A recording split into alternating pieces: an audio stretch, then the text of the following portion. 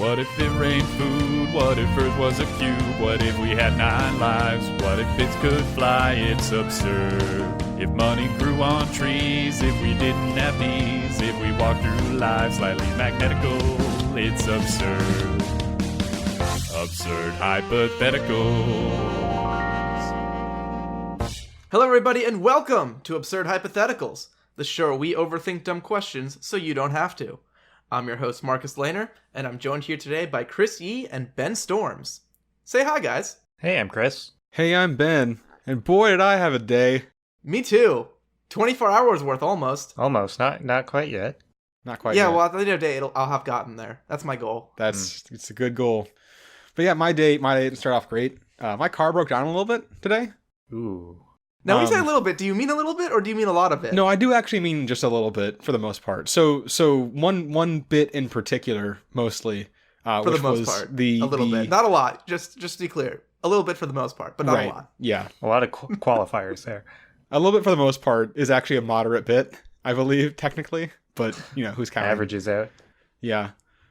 Basically, what happened, I was driving to work, and I was going up the highway. And all of a sudden, there was a pretty strong smell in my car. Somewhat burning-y, but not entirely burning-y. What did you have for breakfast? Yogurt. So, I mean, it could have been related. but more importantly, so I was kind of in traffic, and then I realized there was some white smoke curling up from under my hood. Oh, that's not good. And then more pressingly, I realized there was white smoke coming in through my AC. Oh, no, that's the worst. That's pretty bad.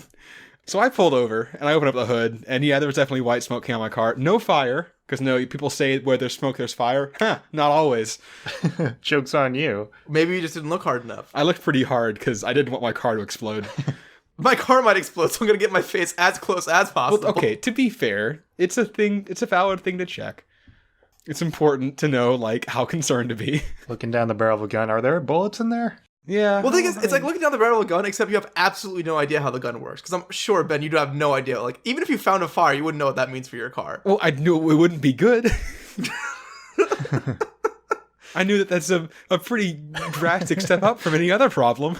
I'm just saying, Ben, that your car has smoke coming out of the engine, which the only fact you know about this is that your car could be on fire, which could cause it to explode. You have no idea of any of the specific things that would cause it. And yet your instinct is to go close to it. I mean, I probably would have done the same thing, to be honest. Me too, but we all could have died. We're not saying that any of us are smart. We're just saying that we will put our heads very close to a possibly burning engine. Regardless, it turned out there wasn't any fire. It was the AC compressor, which is an annoyingly expensive part, but I was able to drive it to a dealership and actually drop it off there so it could get looked at. But man, that's a really terrible way to start off your day, huh? So how did you when did you decide that your car is good enough to drive? So that was also kind of a fun process because, all right. So first off, I found a listing of what different colors of smoke coming out of your car means, which is a really funny article sort of just on its surface. I like the idea that you have smoke coming out of your car and it's color coded. Yeah, it's convenient, but apparently the bad ones are black usually. Black smoke, that's usually something actually burning. Yeah. White smokes according to CarDude48 on Yahoo.com, my car's totally safe to drive. Okay, to be fair, the bigger thing. So I've been standing on the side of the road, trying to figure out what the fuck to do. And actually, what I realized, I was about to call a tow truck, and then as I was marking where I was on the map, I realized I could actually see a Nissan dealership on the map, which was about 10 minutes away because of highways, but not that. It was pretty easy to get to. But I've been standing there with the hood open this whole time, and the car had pretty much stopped smoking at this point, which I thought was a good sign, for one. Generally, that's a good thing. So I decided, okay, you know what? Let's turn the car back on and see what happens. Which I realized as I was, hitting the button to start it, that maybe I was that idea. This could go badly. Yeah.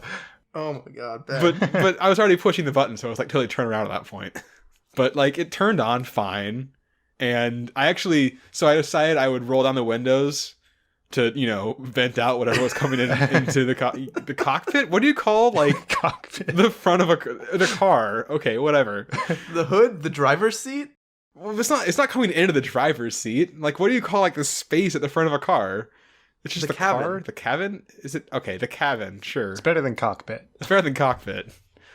But I was gonna roll on the windows to vent that out, and I decided to turn the AC off because I had the windows down. Because in my mind that just makes sense. It turned out to be obviously the right decision because it was the AC compressor. I just didn't know that at the time.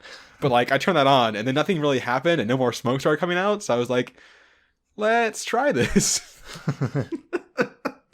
Like I was almost to the exit anyway, and it was gonna be easier to get towed from the side of a regular road than the highway.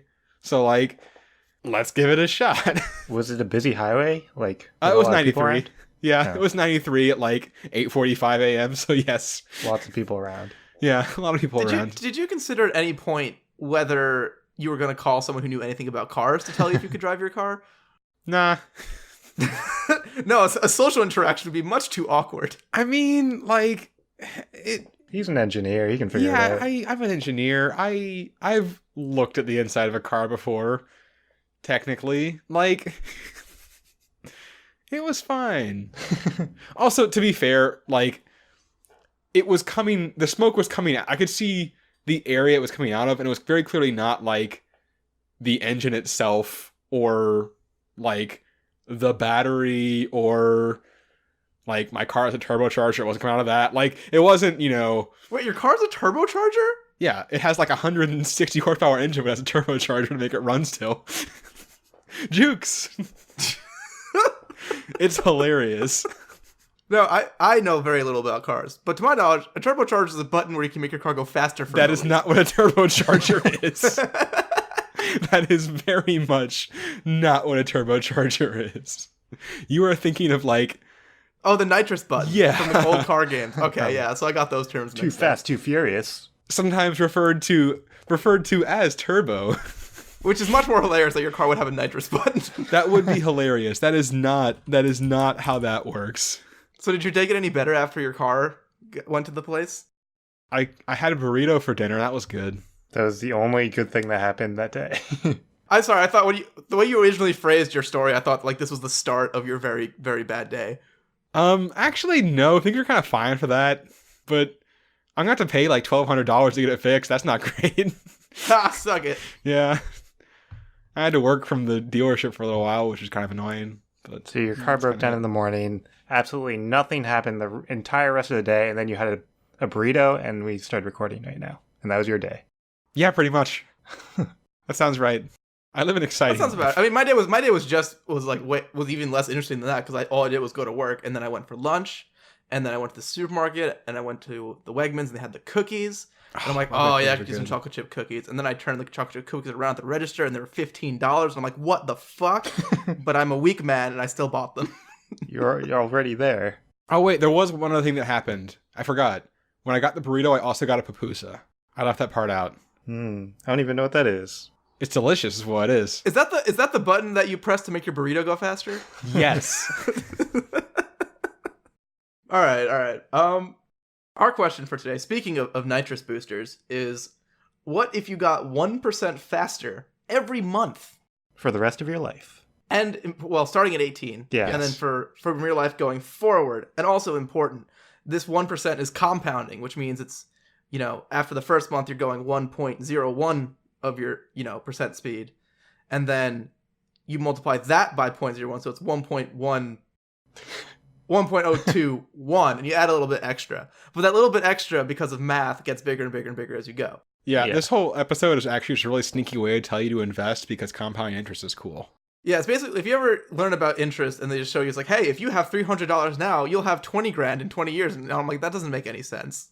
And then I don't invest. And then other people who have invested are like, oh no, it's even better than that. No, it really is. You should invest, dude. It's great. Yeah. I need money first to invest. That And is so far, helpful. no one has subscribed to our Patreon. So Hey, And no one's bought our merch. pitches. everyone do that. And And then we can invest in something. yeah, and then we'll provide our service to you, which is Ben answering this goddamn question. Yes, right. So I sort of wanted to look at just kind of how buck wild fast you start going after a while, because that's fun. So I sort of basically look at it as if you were to be a person who runs for a living, how good at it would you be? It's kind of my starting point. I said that really badly, but you know what? You got the idea. For the base speed, I used a 9-minute 30-second mile. I was trying to find like an actual average running speed. It doesn't really exist, which makes sense because that's a weird thing. But this seems like a pretty good standard from what I was looking at. It's about 6.3 miles per hour.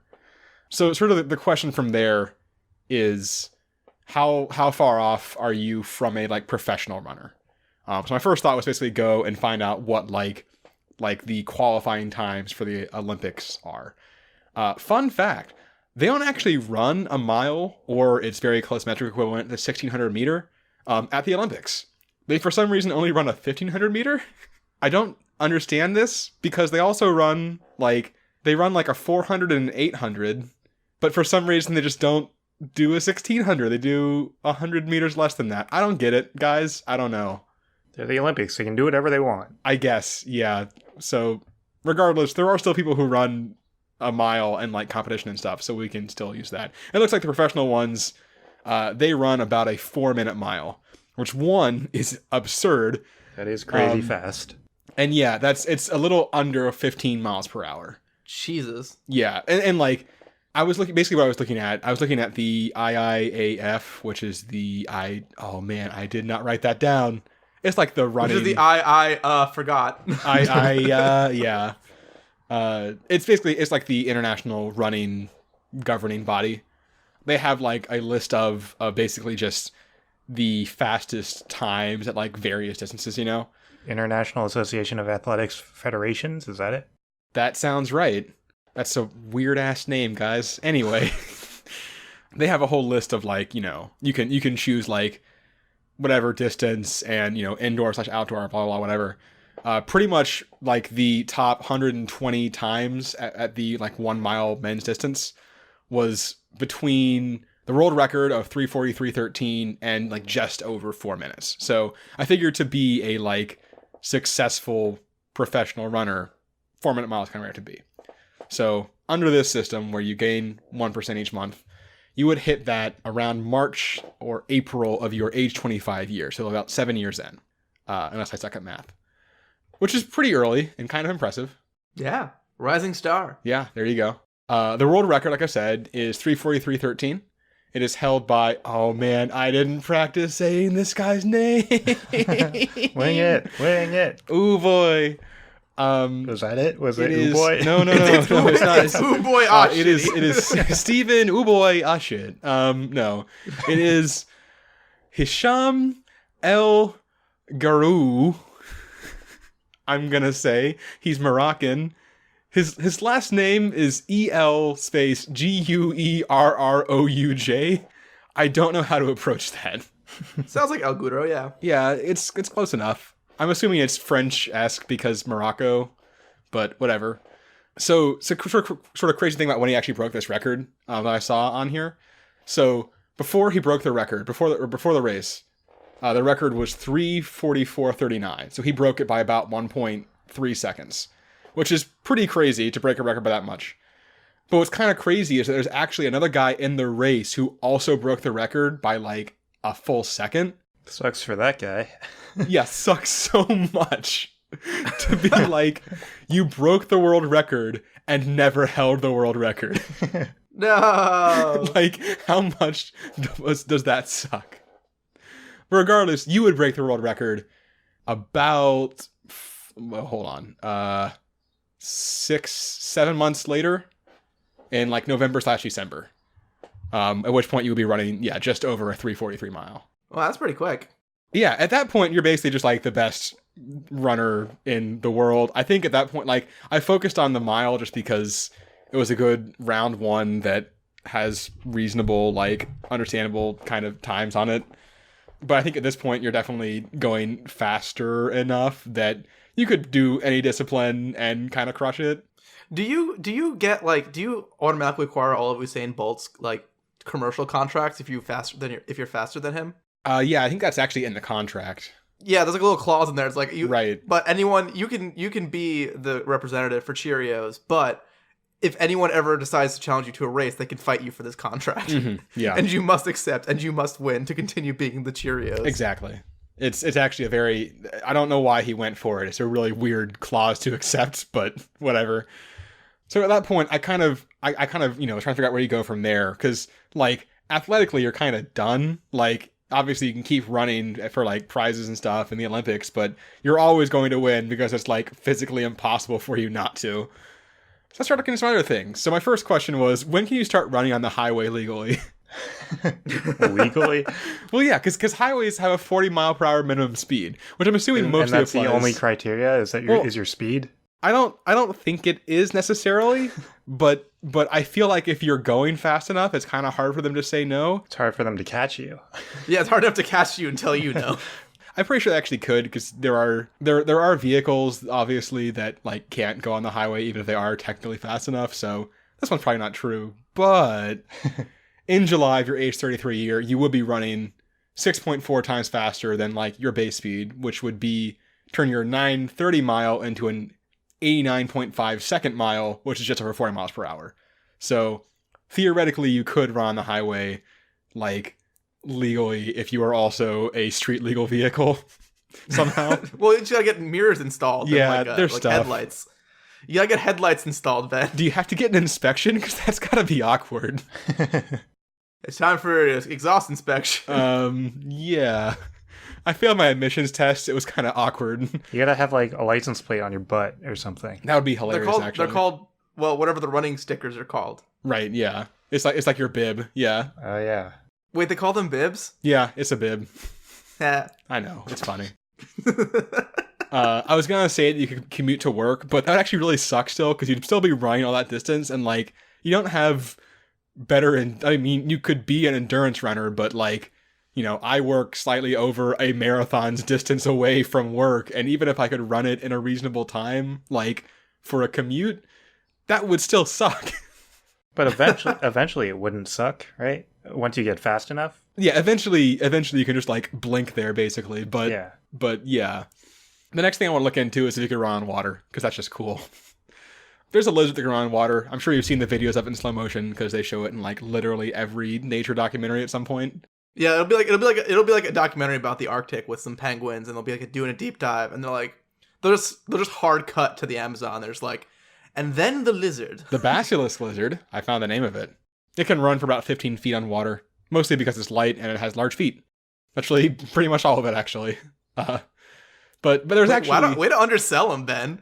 Lizard fucking runs on water, and you're like, oh, it's just dopey and has okay, big well, feet. hold on. One, yeah, it's only 15 feet. Slow your roll a little bit. Come on. Yes, I can't do that, but 15 feet is pretty far, especially it's pretty proportionally far. compared to the lizard. No, I agree, but I'm just bitter. Anyway, there was also there's actually a scientific paper trying to figure out if a human could do it, and also Mythbusters did it. Oh yeah, I remember that episode. Yeah, the consensus was that It was based on that viral video, right? Yeah, exactly. There was that fake video. Yeah, showing someone doing it. The consensus that was to actually do it, you have to be going somewhere between 60 and 80 miles per hour, which would be somewhere between December of your age 36 year and May of your age 39 year. That's still pretty young. Also, yeah, still pretty young. I'm pretty sure that would also just be for like momentary running on water, like the lizard. No one really cares about figuring out sustainable running on water because it's probably impossible. Well, I mean, if you're going 60, you cover a lot of water in like the second that you're afloat. Admittedly, you do. Also around that same speed, you could jump the Grand Canyon. Ooh. 80 miles per hour is actually the speed that Robbie Knievel, who is Evel Knievel's son, was going when he jumped over a 228-foot gap in the Grand Canyon. So you could, run off a ramp, I'm assuming the same size that he did. You would probably want some padding on the other side. Because you would be going over 80 miles per hour because you'd be falling at a certain point of that. You would probably die on impact, so don't do that. I think at some point, either earlier than this or definitely like later than this, you could jump it without a ramp, because I'm pretty sure that you can jump higher than normal because the force you generate where you jump is based on how fast you can, move. Yeah, we never actually up. We never actually clarified. We just said you're faster, but that means like all your Yes. body movements are faster. So like you can move your hands faster and stuff like that. Your feet faster. Exactly. So theoretically, at a certain point, you could just jump over the Grand Canyon without a ramp or anything. But it's unsurprisingly, pretty hard to find hard math on calculating how high you can jump based on how fast your legs move. So I couldn't really find good numbers. But I think it is at some point going to be possible to do it without a ramp or anything, which would be cool. I was kind of curious because, like, we're assuming that you can just run faster, but if your legs can move faster and they, like, propel you into the air while you're running, because that's usually what happens when you run, your legs are moving faster, but you're still falling the same speed, right? Right, but you Yes. have more speed on your, like, you can cover a lot more horizontal distance before you come back down. I guess you're propelling yourself forward instead of up, I guess. Yeah, the other thing too, it's just like when you are running like for speed, a lot of it is figuring out how to convert as much of your propulsion forward as possible. That's like a good chunk of it. And then kind of the last thing I looked into was when you could actually just break the land speed record, because I figured that would happen at some point. And I was right, and man, it was earlier than I expected, not gonna lie. Yay, compounding interest! Oh yeah. The current land speed record is 763.035 miles per hour. That is the outright world land speed record. It was done by Thrust SSC, which was a twin turbofan jet-powered car. With a turbocharger? Well, it was a jet engine, so, I mean, no, but kind of. But did it have a turbocharger button? No, it did not have a... Okay, well, I mean, I guess by definition, it's everything is probably a turbocharger button, just whatever makes it go, technically, is... I wonder, does this vehicle need anything besides just the go button? Like, it's only designed to go very fast in a straight line, right? Brakes or a parachute or something, I'm assuming. But like, you could definitely just have a big old red button in there that just says go and just smash it. It and, probably like, does. You don't need Yeah. any other controls. I don't think it has any other controls. Looking at it, by the way, actually looking at it almost definitely doesn't, because it's basically think of like the front of a plane with like a fin sticking up for stability, and then a tiny wheel at the front, and then two larger wheels on like struts at the back, and then just like jet engines, and that's kind of it. And then there's a jet engine in the middle. I love it. But yeah, this was actually back in October of 1997, which I'm a little surprised they haven't gone faster since then. I imagine it's pretty terrifying, so maybe that's why. But basically, in March of your age 58 year, you would be able to run a 4.7 second mile, an average speed of 764.93 miles per hour, which is slightly faster by like 1.5 miles per hour, or a little more than that. So you could actually just on your feet break the land speed record. It would probably kill you, I imagine. That was also, by the way, the first supersonic record, because it broke the sound barrier. It was like Mach 1.016, so just barely. Ooh, cool. And man, that is only getting you to like not even halfway through age 58, and things just get crazier from there. But I didn't have anything good to compare it to at that point, honestly. Nothing goes that fast anymore. Right. That's kind of where I stopped. But yeah, compounding interest is fun, and you would run really fast. And I think it would be very funny if you were to like go to the Olympics and just literally like blank and be at the end of the 100-meter dash. So anyway, Marcus, what'd you do?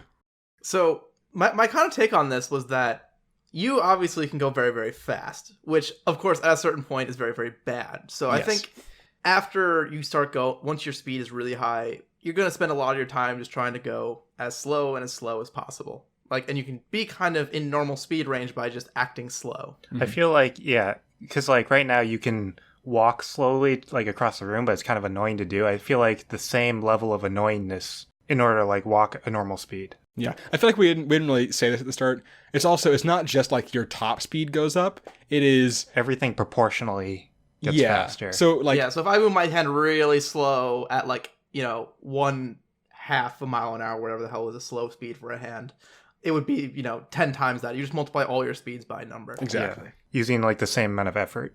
And so you can control yourself there. But there are times you can't control your speed, which are your reflexes.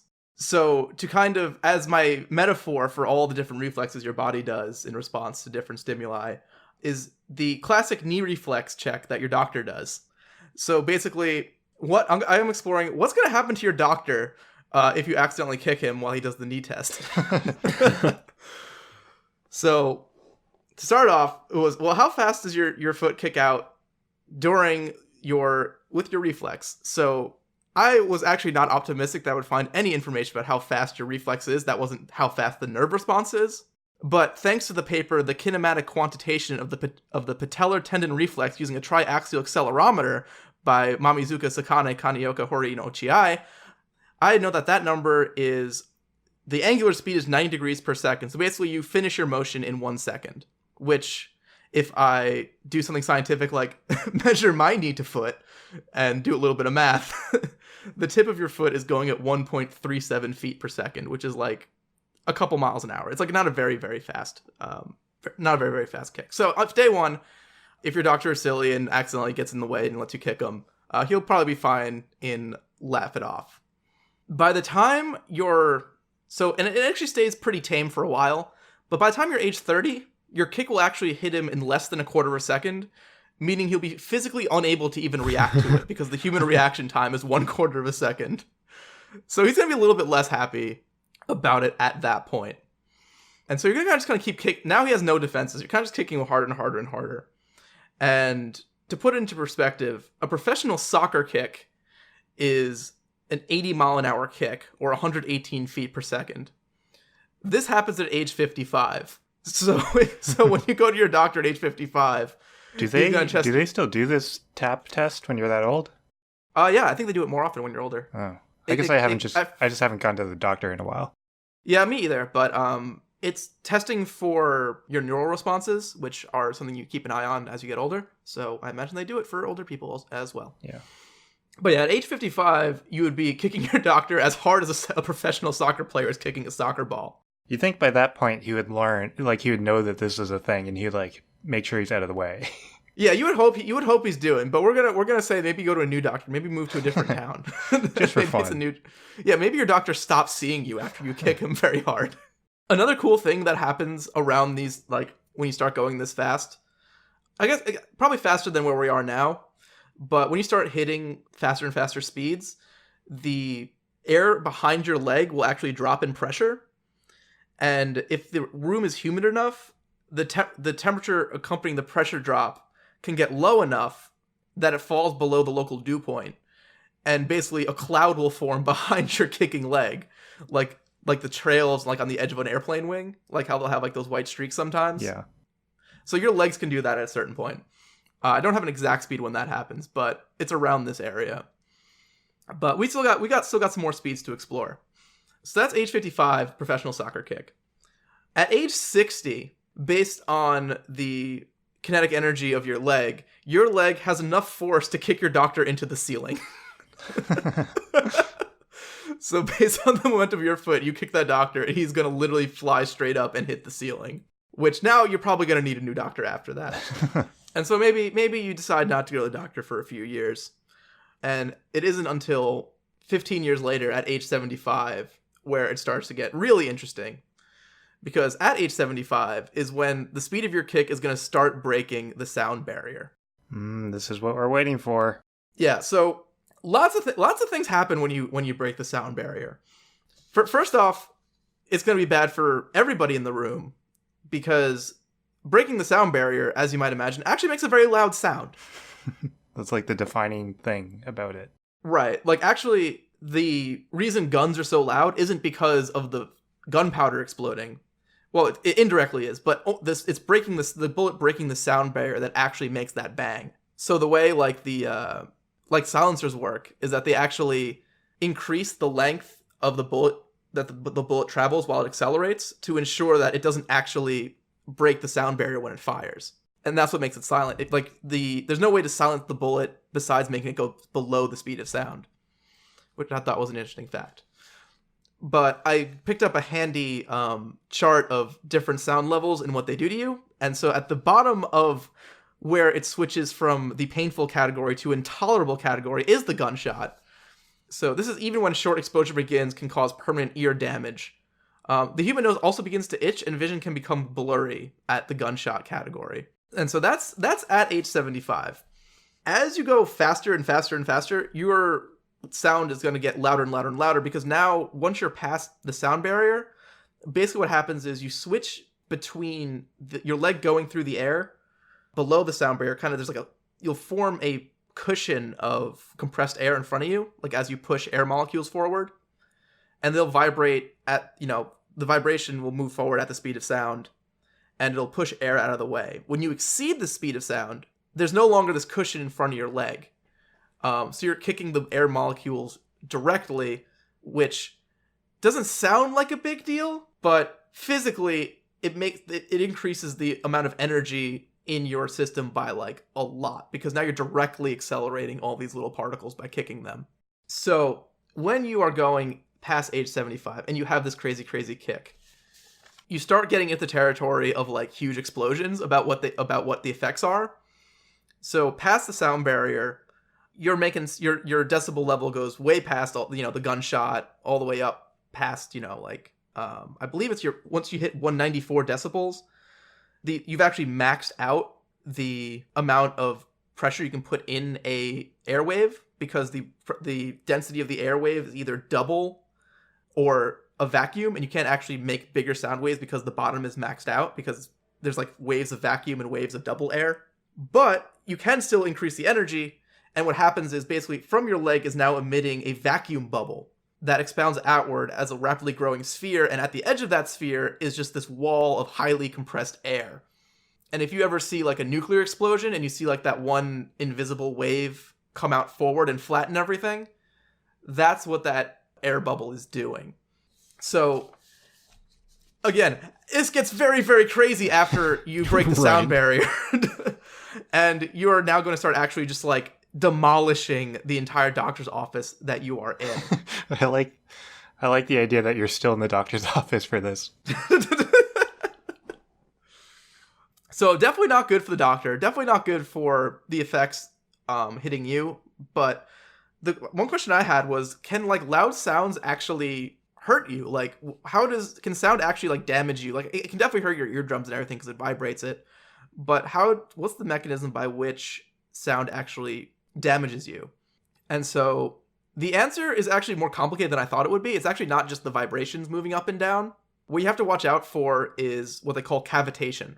So cavitation is something that happens in liquid. So we talked about how like when you have the low pressure in the air, it kind of forms a cloud because it gets like below the dew point, and the water, it gets cold and the water condenses.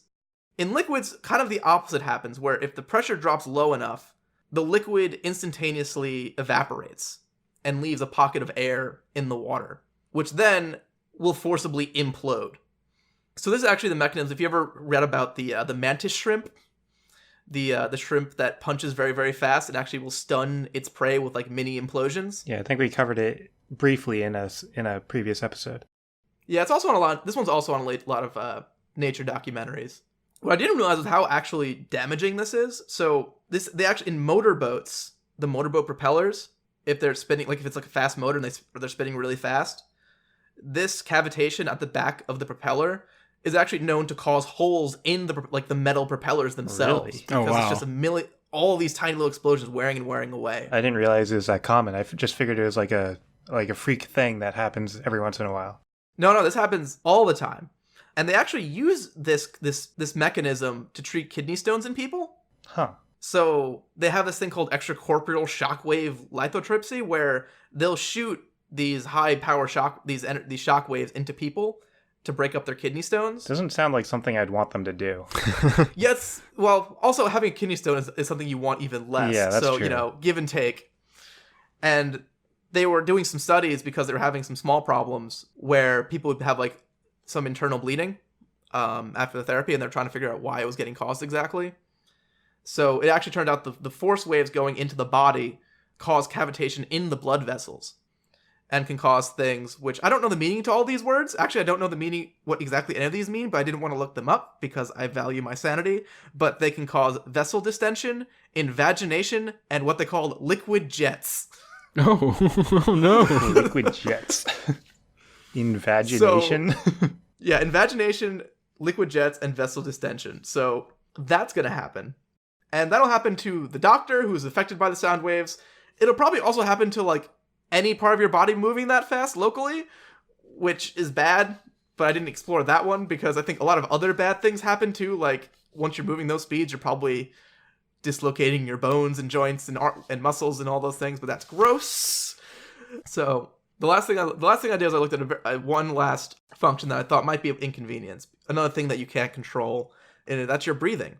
Because if you are moving all this extra speed, I imagine your blood's moving the same rate, and your breathing also will pick up speed to compensate. So I wanted to see, are you breathing the air too fast to, like, stay alive. Like, will you suck up all the oxygen out of the air and suffocate yourself in a room? So if you are in a enclosed room, like a sealed room, a 10 foot by 10 foot room, there is enough oxygen in there for 3 days. So we breathe in 20% oxygen air, and we actually breathe out 15% oxygen air. So we actually don't decrease the oxygen in the air that much by breathing it out. The problem is actually in the CO2. So air generally is 0.05% CO2. The air we breathe out is 5% CO2, so 100 times concentration higher. And at the air level of 2%, CO2 poisoning begins to occur. So rather than 3 days, we can only stay in our 10 by 10 room for 12 hours before CO2 poisoning comes into effect. So what happens if you're at home? So the air change rate in an average home is approximately 5 an hour, which means every 5 times per hour, all the air that's in your room is exchanged out with air from outside the room. So say you're in a 10 by 10 room, like a small room in your house. If you're age 18, it would take you 12 hours to suck all the air out of there, but it's refreshed every 12 minutes, so you don't have to worry about it. But when we get back to our age of 50, 55, you will add enough CO2 in the room to cause CO2 poisoning every 15 minutes. And since it only cycled out every 12 minutes, you're already right at that threshold. And by age 55, it's every 8.6 minutes. So you basically have to be in larger and larger rooms, or just outside at a certain point. For example, at age 75, it's less than a minute before you put too much CO2 in the room for it to be sustainable. And if you make it all the way to the ripe old age of 100, which would be a tremendous feat in this hypothetical, you would poison a room with CO2 in 2.4 seconds. That is very fast. Yeah, so you're going to have to live outside pretty much any time after probably age 70. You're going to just have to live outside from that point forward. Or live in an air test tunnel. That's just constantly blowing air around. That's about all I got. I went into whether you could be in an airplane, but I think I've spent my time here. Whether you can be in an airplane? What? So basically, I did the same calculations in an airplane cabin. Oh, you mean for the air? For the air, yeah. So if you are 60 years old, you will drain an entire air cabin or poison an entire air cabin with CO2 in 1.1 hours, based on the air refresh rates in an airplane. But that's kind of okay, because at age 60, you can run at about 1,000 miles an hour, which is faster than a plane anyway. So, small ray of hope there. Chris, what have you got on your side? So Ben looked at running, and Marcus looked at kicking and stuff. I wanted to look at more mundane things, like mundane tasks, and see how they're affected over over your lifespan. So I started with, because this whole thing starts at age 18, and you're in high school and stuff. So I started with something that a lot of high school kids do as their first job, which is bagging groceries. So there is the National Grocers Association. They hold a competition called the Best Bagger Championship. And it started in 1987, and it's an annual competition. And it actually has a $10,000 prize. So if you win, then you get $10,000. So it's oh, damn. Perfect. This is a great thing that we can use our powers for. So I wanted to look at just how fast we would have to be to win this, bagging groceries. And the Guinness World Record for the fastest retail checkout was set in 2014 by Ed Knudsen and Sean Calhoun. I guess it was a team thing. I'm not exactly sure how it worked, but yeah, they bagged 58 items per minute. So the industry average actually is 24 items per minute. So it's double that, or more than double that. And you would be able to break this record at age 25, which is pretty young. Oh, wow, nice. Yeah. So you got the speed thing down on this.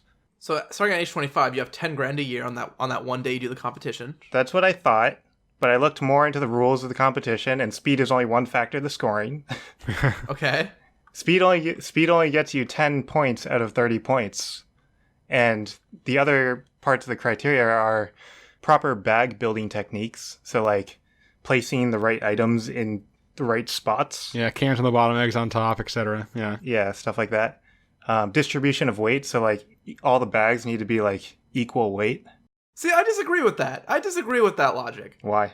Because when I go with my girlfriend to the grocery store and we get groceries, I get the heavy bags and she gets the light bags, and that's kind of our system. So if all the bags were the same weight, that I don't like that. I think it's wrong. So it doesn't follow. You gotta look at the customer and judge to see if one is stronger than the other. Yeah, you have to, or just go social norm. Just go to gender typical social norms. Yeah, you can't just assume that the girl is weaker. Yeah, so the distribution of weight, that gets you 5 points. The proper bag building technique, that gets you 10 points. And then the other 5 points is style, attitude, and appearance. So I guess you're supposed to like dress a certain way and like treat your customer like a customer and stuff like that. And that gets you 5 points. So we are guaranteed the 10 points for speed, but I think we're going to fail all the other stuff. Probably. Well, you say that, but like you can put like once you're maybe not age 25, but by the time you're like age 30, you can bag everything, and then you can be like, okay, rearrange. I mean, I guess you can get better at it. You can get experience, but yeah, it's still not a guaranteed win like I thought it was going to be. Yeah, would I even go to a competition with only like a 50% chance I win 10 grand? Nah, why bother? So I started looking at other things I can do instead of bagging groceries, and I turned to typing on keyboards and stuff. So the record for typing is 216 words per minute, is set by Stella Penjunis Garnand. That's really fast. Yeah, that is really fast. That's like 2 words. No, 3.5 words a second. Yeah. So yeah, it's pretty fast. And the average typing speed is 40 words per minute, or like around there. And you would actually break the record at age 32. So it's a little later than your grocery bagging thing, but still kind of young. Yeah, what's her name earned her fucking title. She gets to keep that for like 20 years while you catch up. At age 45, you'll be able to write a 60,000 word novel in an hour. Whoa. Wow. So, yeah. So that's pretty fast, but you won't actually be able to write that novel because, like, your brain still needs to process the story and stuff. So, like... You could copy a 60,000 page novel. Yeah, so I was trying to come up with, like, the most mindless task you could do for typing. And that was basically what Ben was saying, like copying things, like maybe a stenographer or something, listening and then typing. I specifically looked at printing. So like a printer prints a page. How do you compare like typing on a typewriter? Can you type on a typewriter faster than the printer? Oh boy. The challenge is on. Man versus machine.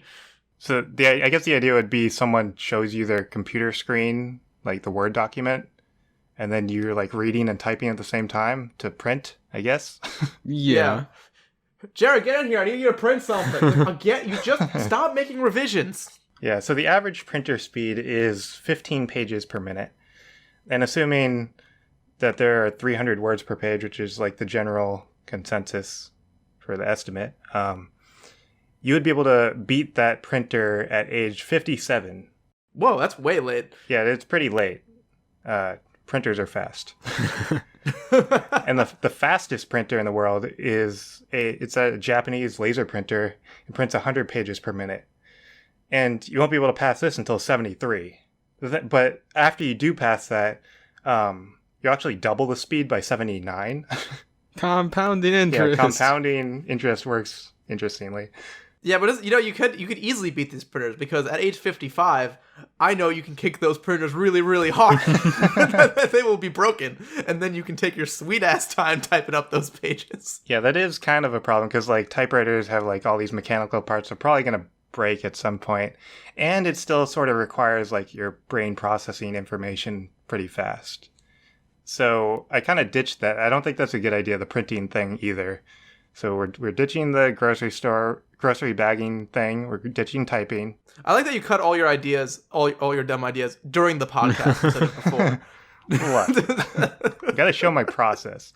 So I was like, okay, I need a repetitive, mundane like task that requires no brain activity at all.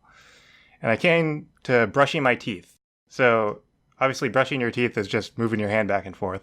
My gums already hurt. So I was like, how does this compare to an electric toothbrush? So there are two types of electric toothbrushes, a sonic and ultrasonic.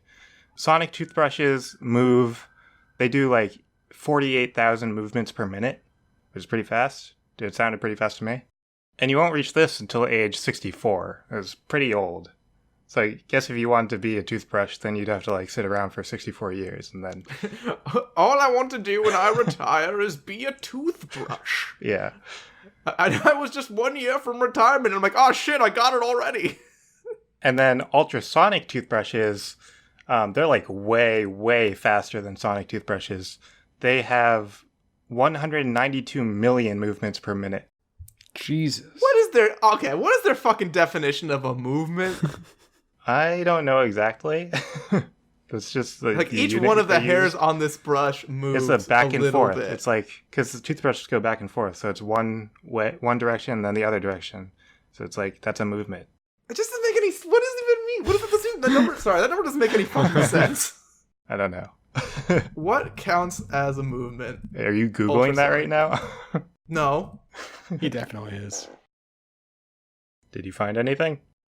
I'm seeing the same numbers. I'm just trying to figure out what it means. All right, now I'm Googling it too. It's just a movement. Like, I know, but like it's just like vibrating. Like it doesn't count. Vibration, like just sitting there vibrating, very, very like it doesn't make any sense to me. it totally makes sense to me. I don't know why you're having trouble. I kind of lost the plot where I read the sentence: ultrasonic toothbrushes work by generating an ultrasonic wave, usually from an implanted piezo crystal. Sounds like a lightsaber. Yeah, like what the fuck? Yeah, so ultrasonic, that's up, so like they go up to 192 million movements per minute. The actual minimum to like be classified as ultrasonic is 2.4 million movements per minute. And you actually reach this minimum at age 96. Whoa, just barely. Yeah. So you're not, like, commercial toothbrushes, they reach the 192 million, so you're not going to reach that.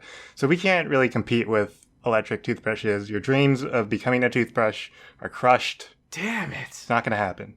We found something you can't do. What if you implanted a piezo crystal into your brain? Might work. Like I think I just watched the Infinity War movie, so I think that's how that was all that about. I think they're just collecting piezo crystals. Yeah, if Vision's actually just a toothbrush, that's the sort of hidden hidden meaning of the whole thing. Yeah. So I moved away from toothbrushes, and I moved to another repetitive movement is kind of a similar motion, but it's not as mundane. It's drumming. So there is the world's fastest drummer competition, which finds the world's fastest drummer. And the world's fastest drummer is Tom Grosset. So they like measure it in strikes, like how many times you hit something. Mm-hmm. Similar to bowling. Yes, well, that would be a lot of strikes in bowling because this is 1,208 strikes per minute. So it's a lot of strikes per minute. That's like 3,624 points. That's a lot. Yeah. So I was like, okay, how fast are these drumsticks actually going? I actually watched a video of it because we have like the amount of strikes and we have the amount of minutes, but I need to see like how far he's actually moving these drumsticks to figure it out. And I estimated that he was lifting the drumsticks about like 6 inches above the surface he was hitting. And if you use that distance, it means that the drumsticks are only moving about 6 or 7 miles per hour, which is a lot slower than I expected.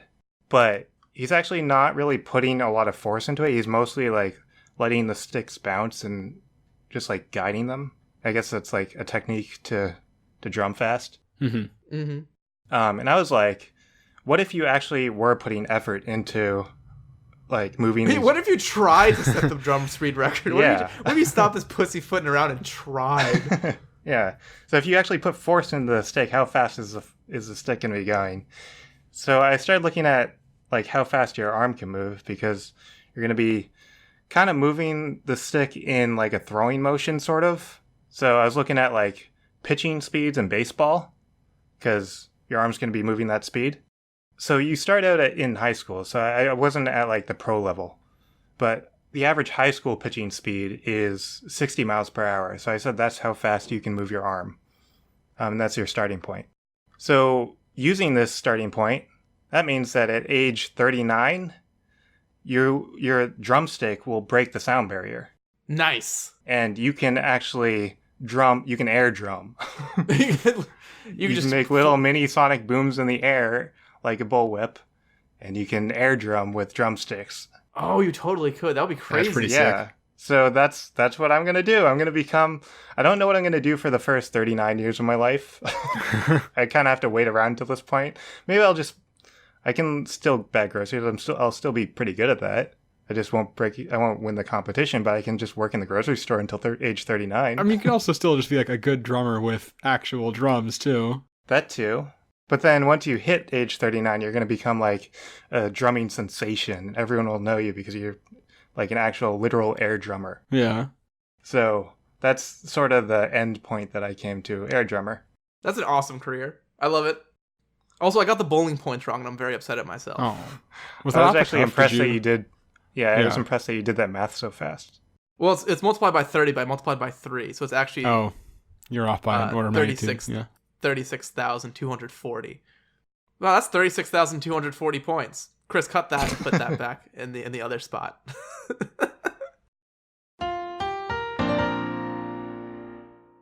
All right, so we have one last speed-related topic to cover here before we, I don't know, let our listeners go, end the podcast, whatever you want to call it. And that is our Would You Rather question. Ben, would you rather run at 100 miles an hour or fly at 10 miles an hour?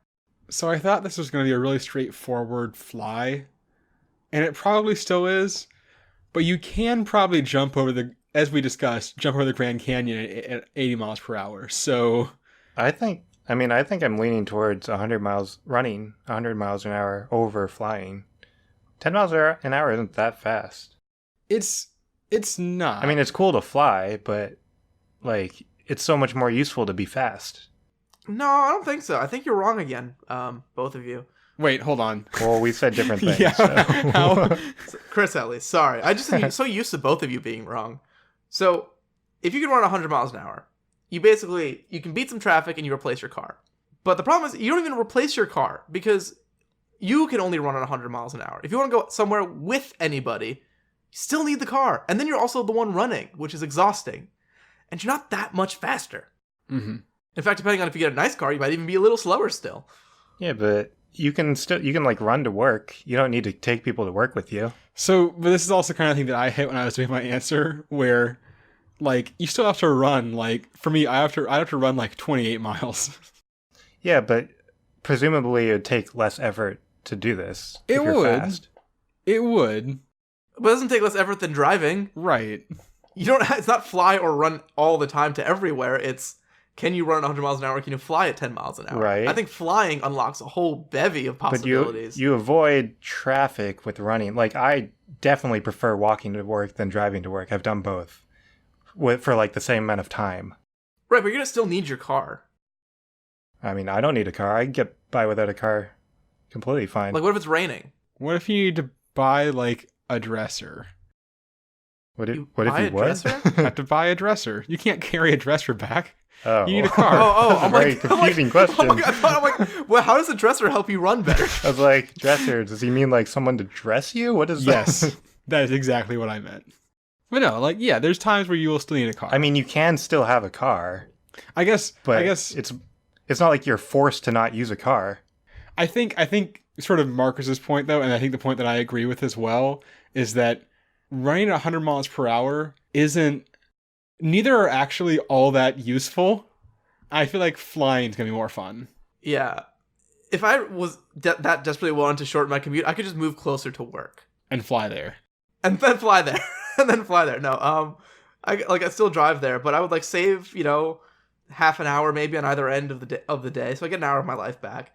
But like, my other option is I can fly at any speed. Is awesome. Yeah, you can fly, but I mean, the gimmick would get boring after like would it the first few days. Yeah, I think it's it would. flying. Also, 10 miles per hour is a decent speed. It's a decent speed. 10 miles is pretty quick. 10 miles an hour is pretty quick. That's like not biking speed, not quite, but that's a 6-minute mile. But still, I feel like your argument is a carpool thing and like carrying stuff. I go plenty of places by myself and not having to carry anything all the time. Here's a question though. Could you safely run there at 100 miles per hour? I mean, you don't have to go 100 miles an hour.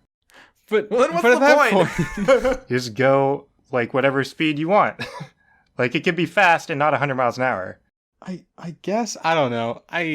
You're also your views are also so skewed because you just live downtown Boston and never go more than like a mile in any direction anyway. That's true, but I could... Also, wouldn't it be faster for you to fly anyway then? That's actually very true. There's other... I don't think it I would. gotta imagine it getting across the commons in the air at 10 miles an hour is probably faster than going 100 miles an hour. I guess you would be able to avoid like people, Yeah. like crowds. Yeah, You'd be able to avoid sidewalks crowds. You could also... Oh god, could you imagine hitting like a bench with your shin at 100 miles an hour? You would be dead. Well, yeah, you'd be dead anyway, but you would be like super dead. Underrated thing that does help with efficiency, you don't have to go downstairs anymore because you just fly out the window every time. That'll cut a minute off right there. That's a gain. Like, how much effort would it take you to fly? We should say, to make it fair, that it's the same effort as like running or swimming. Maybe it's a swimming motion. That is hilarious to picture. So it's the same amount of effort to fly 10 miles an hour as it is to run 100 miles an hour. Yeah. Okay. And I think this effort is the same as a regular running, like a sustainable mile. That like 9.5 minute mile we were discussing earlier. Or in my case, like probably like an 18.5 minute mile that I'm probably capable of. I still think I'm running. I'm definitely flying. I think you guys are weird. I can't believe you're turning down flying. For it's minor flying. conveniences. It's flying. It's flying, but it's not that We haven't talked a useful. lot about flying because flying just has so many obvious good qualities, like You are flying. good views. Yeah, and you're Like, flying. That's your argument is just you're flying, but you're not saying practical things. You're just like, you're flying. Yes, you're flying. You're running. It's not like super practical, but it's super awesome. The practicality is that it's great. All right. Okay. Practical thing. Let's say that you have a CVS that's half a mile away from where you live, which is reasonable because you live in Boston. You have to go there to get something. It's a small thing, so you can pretty easily carry it. It's going to be faster to fly there than to run there. So you're saying it's going to be faster to go somewhere closer, but if you're going longer distance, then my thing is better. I don't even know if that's true, though. But then you're running at that speed for like 20 minutes. Yeah, so it's the same amount of effort as flying for 20 minutes. But you wouldn't fly for 20 minutes. Why not? Because you'd take your car. Like a 20-minute, 10 miles an hour, 20 minutes, I don't know, like... I guess the way it comes down to for me is that you can get most of the, like, if it's just something to let you get places faster, you can get most of that benefit by having a car. You cannot get the benefits of flying by having anything. It is entirely its own thing. Counterpoint. All right, the final counterpoint to maybe sway the scales back towards the other side. If you can jump real good, how different is that than flying? Pretty different because you cannot land real good. Yeah, you'll die. Hey, I'm flying. I'm picking flying. I'm gonna pick flying. I'm picking running. Chris. You're just all right. You're still obviously wrong. Chris is now like Nope. 1 for however many we did because we all agreed that one time when he was correct. This is the first time I've been by myself. Yeah, still wrong. This is an easy one. But another easy thing that we could do is ask you guys to leave us a review on iTunes or Google Play or Stitcher or wherever you are listening to this podcast. Because reviews help the show grow, help other people find our show, lets them know that it's actually good and worth clicking on. And yeah, it's going to be the best way for you to show your support to us, because growing the show is really the best way for it to become a cooler thing where we can do more cool stuff and do more crazy hypotheticals, all for you, the listener. And with that, we'll join you next week where we have our 4th of July spectacular. Yay! Yay. Are those fireworks? Yes, very high-pitched fireworks. Pew pew fireworks. Yeah, I didn't hear them explode. There's no pop. There you go.